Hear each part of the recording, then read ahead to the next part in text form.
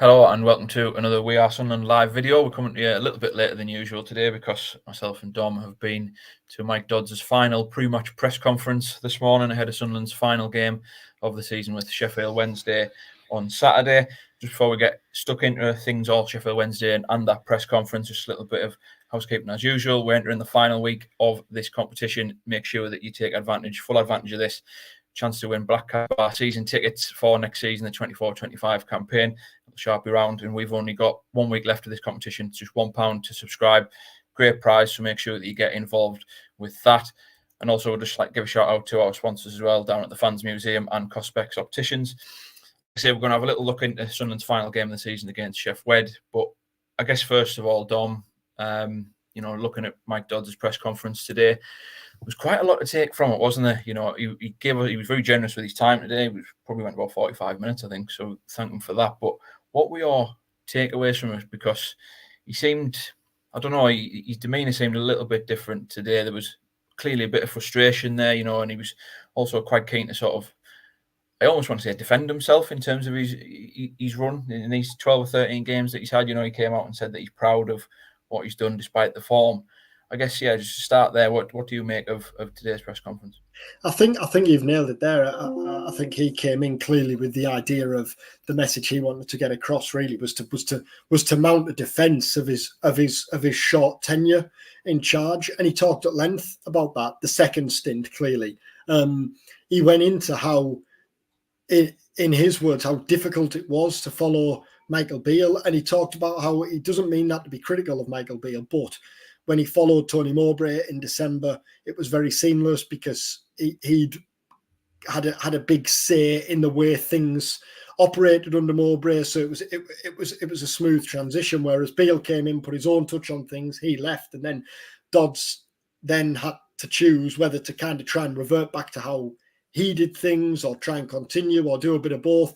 Dodds was talking about how basically the players have had to take 4 different messages on board this season, but he said, didn't he, on a couple of occasions, how clearly he'll only be judged on results. And he said we haven't won enough games, but he feels behind the scenes he's had to deal with an awful lot and thinks he's done a good job and is proud of the job he's doing in laying the foundations for what's to come.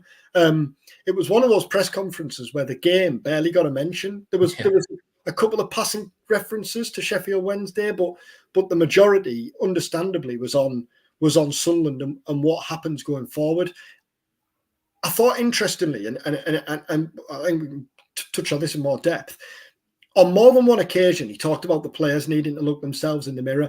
I think there was one line where he was asked what he's learned during this stint in charge. And one of his answers was that players let you down. And he said Mowbray had warned him about this when he was in charge. But he said you can do as much meticulous planning as you like, but sometimes the players will go on and not put into practice what you've worked on. Dodds clearly is holding his hands up and acknowledges that results haven't been good enough in the second half of the season. But I think the message is, he'll take responsibility, but it shouldn't just fall on him. The players need to stand up as well and take a hit for what has been a desperately disappointing season. Yeah, does it surprise you that he did that? Because, a couple of weeks ago, I think he sort of verbatim was, I'd throw myself under the bus before the players, and he often talked. Even today he said, I love this group. But like you say there were a few sort of comments regarding them having to look themselves in the mirror. And there was a lot of talk of self-reflection in the summer from himself, players, and the club as a whole of what's gone wrong here. But did it surprise you that he came out and said that? And then to go back to the initial statement about him saying that he was proud about how this run's gone, because obviously fans can look at that statement coming out of a press conference and think, well, is that for real? Because 2 wins in 12 games, the form's dropped off unbelievably, at an alarming rate. To say that, should he hold more accountability for himself? Just I guess you take on them, because it was a little bit different, wasn't it? It was, and he said, didn't he, that he talked about the importance of the players going away and resting, and I guess resting mentally, really, the reset after what has been a draining season.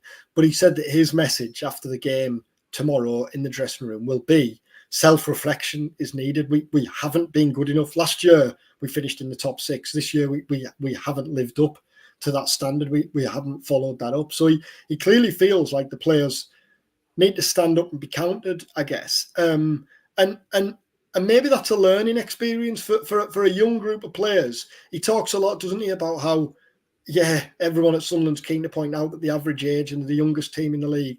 But he also talks about how that can't be used as an excuse. Maybe there's some of that in the thinking. Yeah, we're young, but we can't use that as a get out.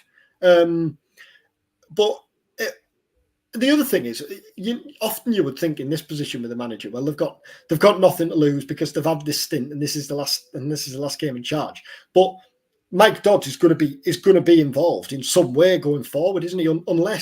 Unless the new head coach comes in and Dodds, for whatever reason, and the new boss don't see eye to eye and they decide to go the separate ways, Mike Dodds, and he talked about it today, will be involved next season. So it's not as though he's got nothing to lose. He's going to be working with these players next season. He's tried, as you said, defending the players. Maybe he feels now, he knows the players better than anyone. Maybe he feels that he needs to be a bit harsher. Because I thought today, there was one interesting snippet I thought, but Dodds was quite strong today, wasn't he? Yeah. He was quite strong, he was quite critical. And yet, when I asked him about the importance of his role when the new head coach comes in the summer in ensuring the transition is smooth into next season, he said he'll be very honest, more honest than what he has been in this press conference. And I'm thinking, well, you've been pretty honest and pretty scathing and pretty critical here. So there's clearly more he's holding back. I think there'll probably be some home truths from Dodds to the players and to the new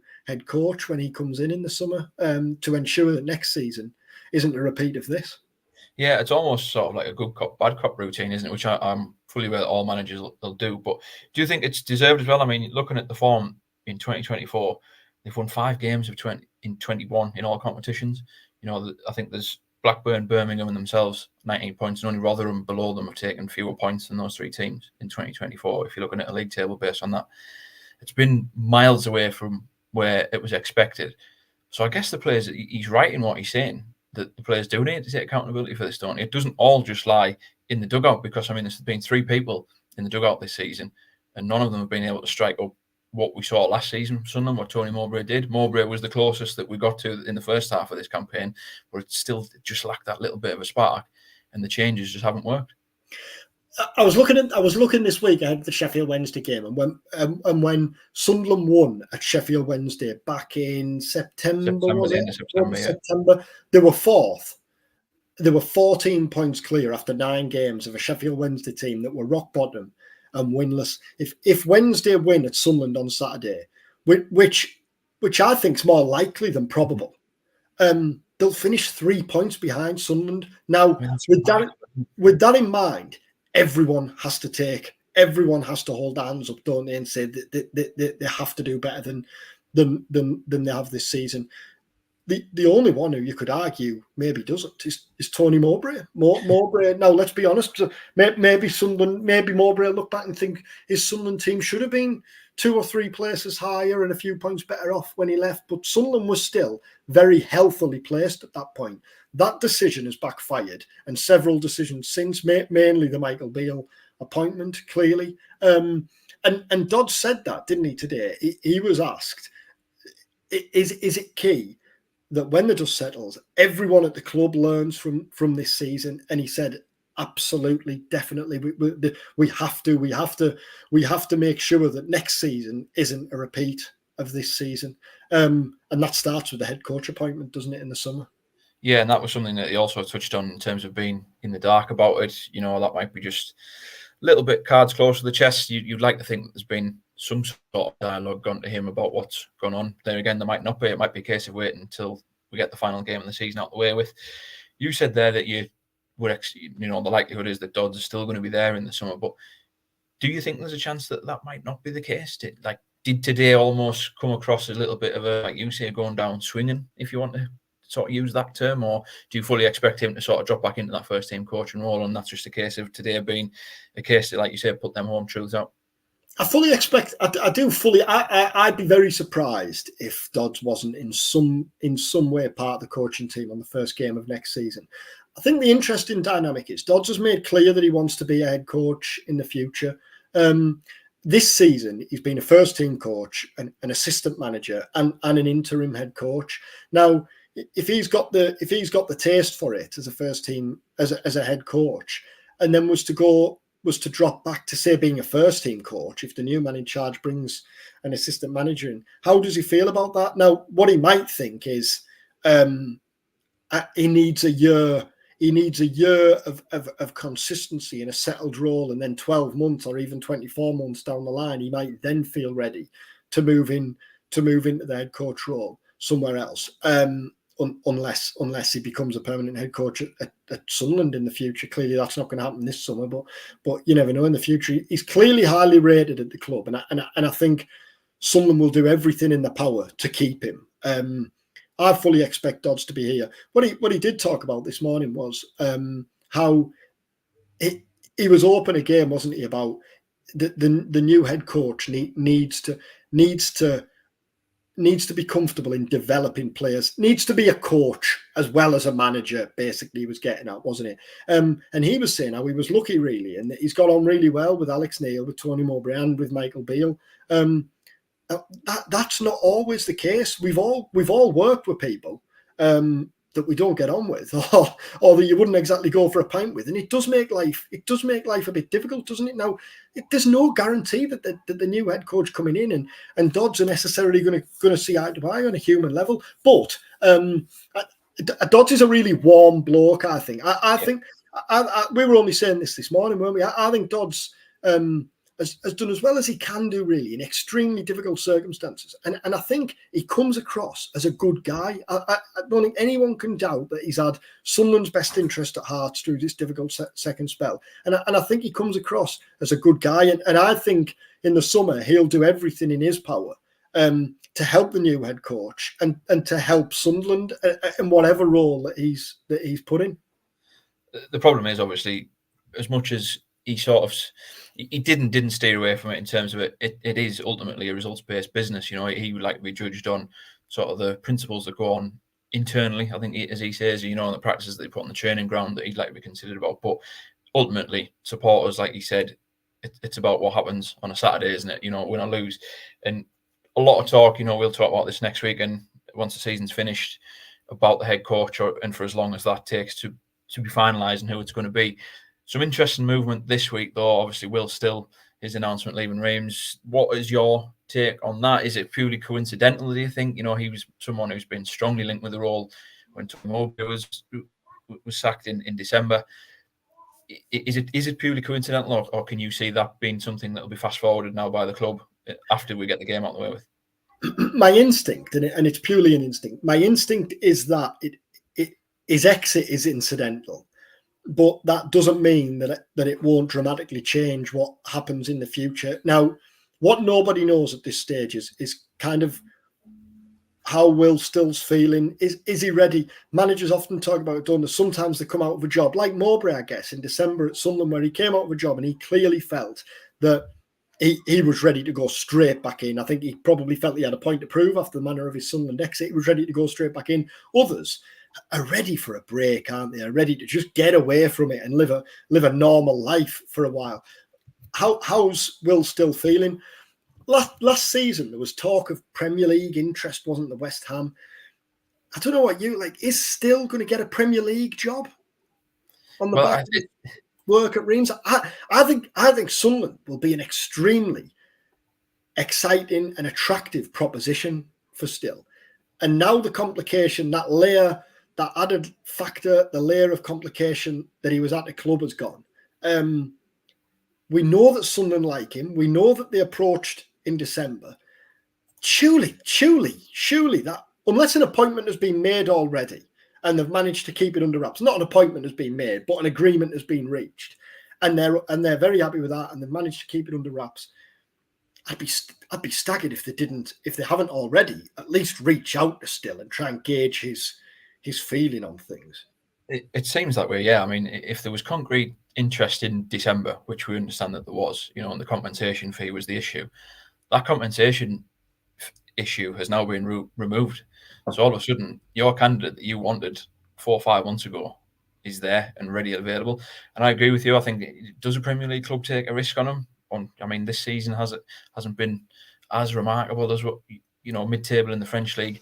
So from his point of view, coming in to someone like Sunderland with the way that they approach things, bringing young players in, himself being a young coach, it ticks a lot of boxes, doesn't it? And I think if you think of the four names that have been linked, so you've got Still, Heckingbottom, Danny Rowell, obviously, who comes up with Sheffield Wednesday this weekend, and Rennie Marich, he's probably one that still stands out for me as well. Him and Rowell are probably the two that make more sense to me, I think, in terms of how the club, it feels as though the club are operating. Now, I mean, sorry to put in, but not necessarily how the club. But what do you think? If they I completely agree that they make the most sense from a club point of view. But out of those four names, I think part of the problem with Beale was he didn't excite the fans, did he? That appointment did not excite the fans. Who do you think out of those four names you mentioned at most excite the fans? It's funny, we were talking about this a little bit, and I still think there's a strong case for Rowell, just simply because of what he's done at Sheffield Wednesday. Now, we had Dom Housen on the podcast earlier in the week, sort of laying on the pros and cons of what he would bring if it was to be him. But you mentioned it there as well. Sheffield Wednesday's record since that reverse fixture, largely under him, has been so impressive. Now, I know you can say in terms of experience in the Championship, he's got it. He didn't have it before he went into Sheffield Wednesday, where some of the other candidates don't have it. Would they follow suit? But there's just something about, how he's united that fan base, because let's face it, that Sheffield Wednesday fan base, after being on the crest of a wave with promotion last year, and Sunderland fans will be able to relate to this from being a year ahead almost through their playoff promotion. It all just went completely flipped, didn't it? 180 to the point where there's protests against the owner, and they looked absolutely doomed after them first 10 games of the season. Incredible, really, that it was the same club and the same team that did what they did in that playoff final just a few months earlier.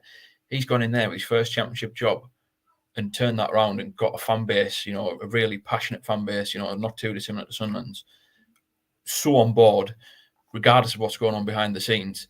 I think that strikes a lot of chords and ticks a lot of boxes for what Sunderland would be interested in, if that's something that he could get over the line. Now, obviously, the compensation thing will be a big issue, particularly if Sheffield Wednesday are going to stay up, which you would expect them to now, because I agree with you. Tomorrow, it feels as though it's there for Sheffield Wednesday. They couldn't really have picked a better game given Sunderland's form and the way things have gone, to go and try and secure his safety with only needing a point.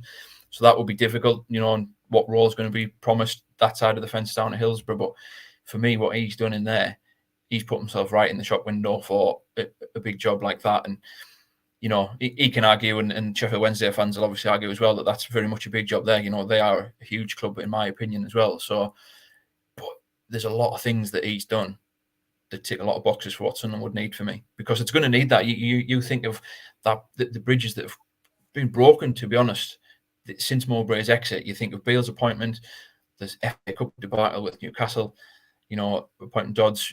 Was it the right or wrong decision for him to get the final 13 games almost right in the season off the transfer window? So beyond the dugout and beyond the pitch, there's been a lot of sort of trust that's been broken. If you can get a head coach in who you can unite the on-field side of things, that goes a hell of a long way to appeasing the other side of things as well. I'd seen Barry Bannon this week describing Rowell as the best head coach he's ever played for, and saying that if Sheffield Wednesday keep him, he thinks they'll be in the mix for promotion next season, which I think has everything. Still strikes me as, just from reading various interviews with him, he certainly doesn't lack confidence, does he? And I don't mean that in a bad way. I mean that complimentary. He strikes me as the type who'd relish the challenge of all that comes with managing a club the size and stature of Sunderland and the expectation. I think he'd like that. I think part of the excitement was still is maybe the mystique, it's the unknown, really, isn't it? Which I think is exciting. So Paul Heckingbottom has done a really solid job, good jobs at more than one club. Brilliant job at Barnsley, good job at Sheffield United. But maybe because of the mystique of Still and the backstory, that's bound to excite more than a safer appointment. Do you think that sort of lended itself to what Dods suggested today as well, when he kind of said whoever comes in is going to need to be almost like a developmental coach because of the makeup of the squad? Do you think that leans more towards someone like a Rowell or a Still rather than a Heckingbottom?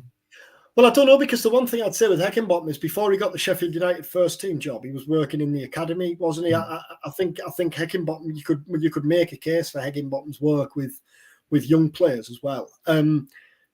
The thing with Still is we know Sunderland like him, so we know they like Heckingbottom. Heckingbottom's been on the shortlist in the past, but there are so many factors to add together with Still, aren't there? Very recently, Sunderland approached him or targeted him. Very recently, Still has talked about how he'd be willing to come and manage in the Championship. He's talked again and again and again about his desperation to come to England. Sunderland have a recent past of only appointing managers that are out of work rather than taking managers that are at clubs elsewhere. We might be putting two and two together and coming up with 8 or 10, but it's hard not to draw the conclusions when you pull those factors together, isn't it? Yeah, there's a lot going on, and it's obviously going to. Do you think as well that we will see some sort of announcement either after the game or in the couple of days after, or do you think that this is going to sort of prolong into later in the month or possibly even summer? Because we've said all along it's an appointment that needs to be made swiftly. Do you think that? I mean, Mike Dodds again, he sort of said he's hoping for an update after the game. Do you think that'll come? Do you think it needs to come? Do the people at the top, even beyond possibly Christian Speakman, you're not going to kill Louis Dreyfus here. Does he need to come out and sort of draw a line in the sand on this season and say, this is what's happened, this is the way we need to go?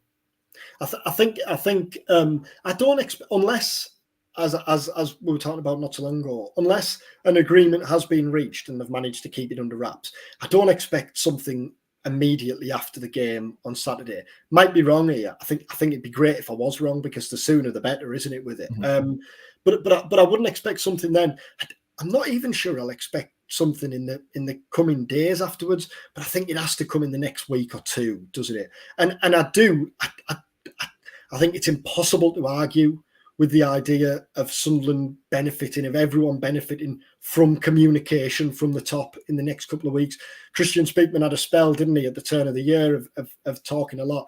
That's going to come in the summer. It will inevitably come when the head coach announcement is made, and if and when that unveiling takes place, hopefully in the next couple of weeks, you would expect Speakman to be sat there alongside the new head coach. And I think what Speakman says is going to be just as interesting and revealing as what the head coach has got to say, really, in terms of what Dodds was talking about this morning. Have Sunderland learned from the mistakes of this season, and can they right those wrongs next year and get back to where they belong, get back to where they were last year, and get back to where this team is clearly capable of competing?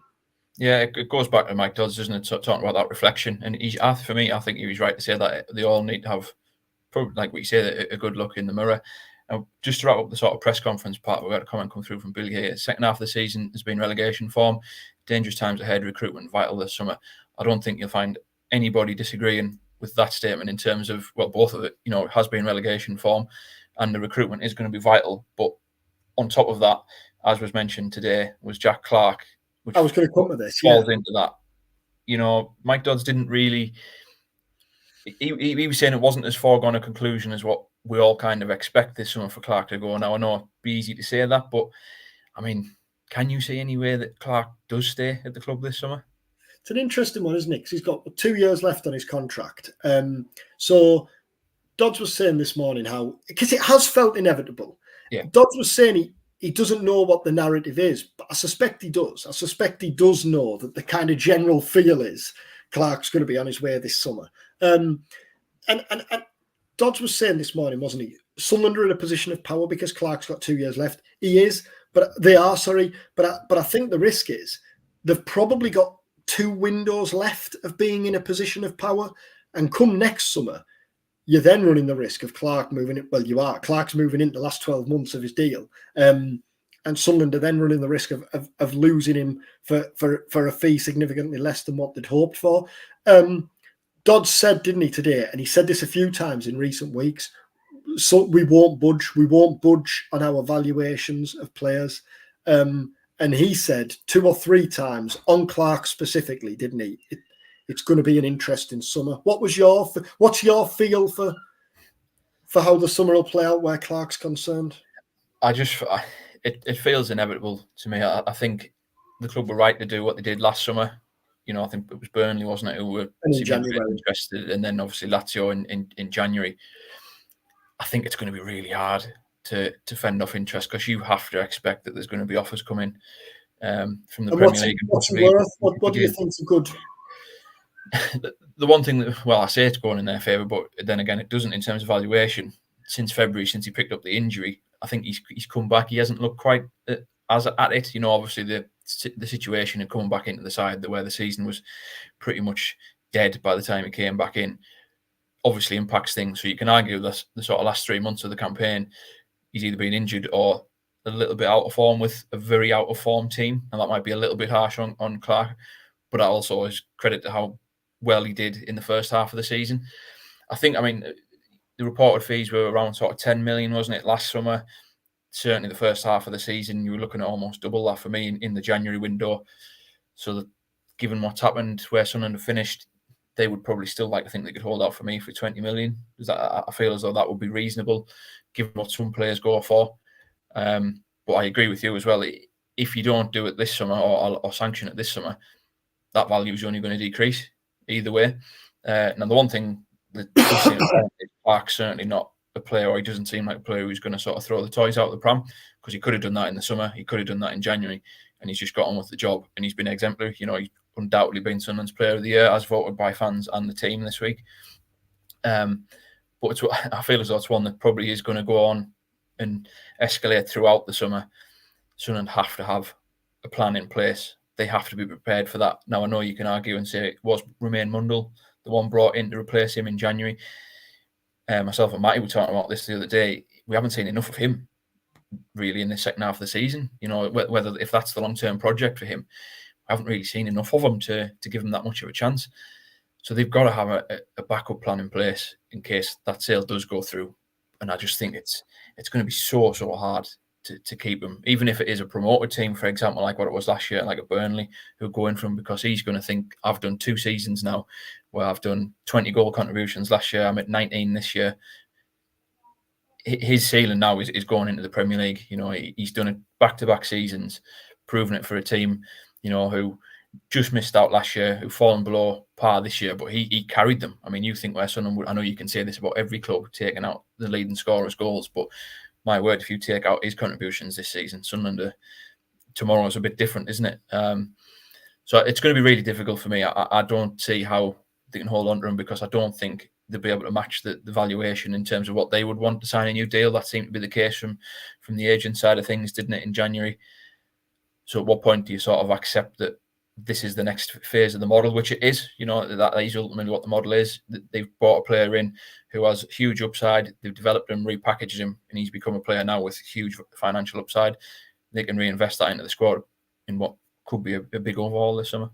And I know we're going over all ground here, so we don't need to talk about this at length, but that then becomes the next question. If you were to get £20 million, what happens with that 20 million? The accounts released this week showed a £9 million loss last season when Sunderland reached the top 6 in the playoffs. The wage bill obviously rose significantly after promotion from League One, but that's still the great unknown of this model, really, isn't it? When a player does move on for what you deem big money, what then happens with that money? How much is then invested? And I thought it was interesting again from Dods today, how unprompted, while talking about Clarke, but he then talked about, again, how he's talked about on numerous occasions over recent weeks, Jack Clarke.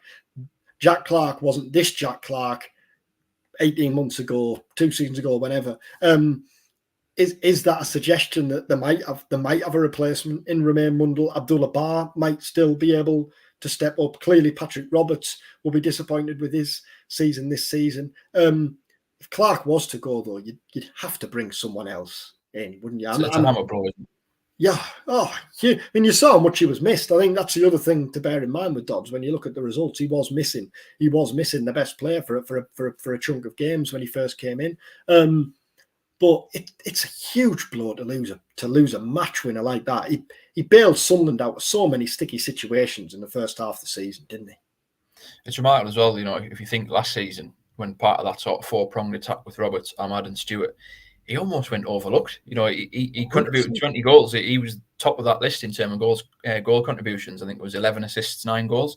But he was almost overlooked for Ahmad and Stewart, which is remarkable, really. And then he's continued that again. So, yeah, I mean, if he does get the move, again, this is a conversation that we will probably have throughout the summer until either it happens or it doesn't happen. But if he does get that move, you can't say that he doesn't deserve it. And I think just like if we're going to move it on now as well, because we've gone half an hour there without, like the press conference today, without talking about the final game of the season against Sheffield Wednesday, just a quick look towards that. I mean, I think the first question Mike Dodds was asked today, are you excited, relieved, unhappy, sad, disappointed the season's coming to an end?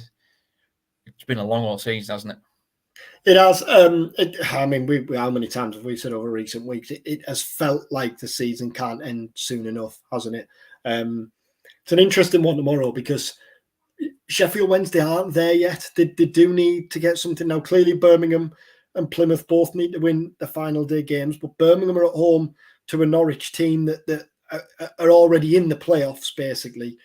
Plymouth are at home which I think the Hull need to win to stand any chance. But realistically, the West Brom only need a draw against Preston, so it's stacked up against Hull. I don't think it's beyond the realms of possibility that Plymouth and Birmingham both win. I think the interesting one's Blackburn, because if Plymouth and Plymouth and Birmingham both win, and if Sheffield Wednesday gets something at the Stadium of Light, which again I think is likely, Blackburn would need something at Leicester. Now, I know Leicester are already up, but the carrot there is they need to win to get to 100 points. I think what I'm trying to say here is if you're watching or listening, have a quick look now at what the odds are for Blackburn to go down, and it might be worth a few quid. I just always think that this isn't specifically aimed at Sunderland. I always think on the last day of the season, you fancy a team that need a result.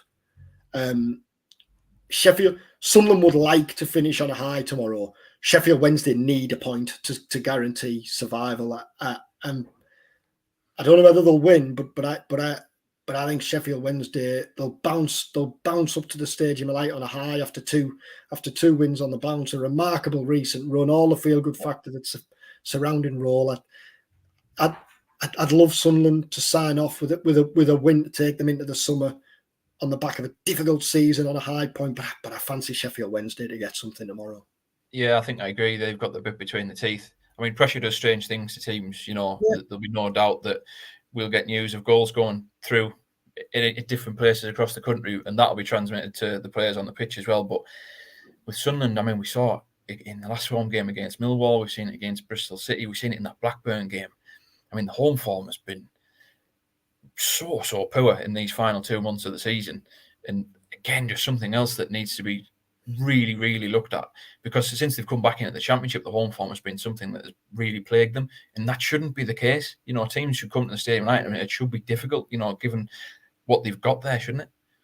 Well, I mean, again, I know we're going over all ground here, but compare that Sunderland team, that free-flowing, fearless Sunderland team that pulled Preston this way and that on the final day of last season, and compare that with kind of this team. And Dodds was talking earlier, wasn't he, about because he's tried to maybe find that middle ground between Mowbray and Beale, and he's tried to maybe tighten things up. They've maybe lost a bit of their edge going forward. He was also asked, wasn't he, about the importance of rediscovering their identity this summer. I think that's important on and off the pitch. Totally agree. We'll leave it there. For the last time, make sure that you join us tomorrow for all the coverage of Sunderland's final game of the season against Sheffield Wednesday. We'll make sure that we have our eyes out in case there's any managerial candidates happen to be in the stands or anything like that. Or in the opposition dugout. Or in the opposition dugout, of course. Yeah, we'll get a bird's eye view of one of them. Dom, thanks very much for joining us. As I say again, quick another plug for our competition. Yeah, you win a pair of Black Cats Bar season tickets for next season. There's a week to go on that competition. It's just £1 to subscribe, so make sure that you went there. Thank you very much for joining us. We'll be back again for another video next week after the end of the season, where we can get stuck into everything that's gone right and wrong over the course of the last 10 or 12 months. Thanks for joining us.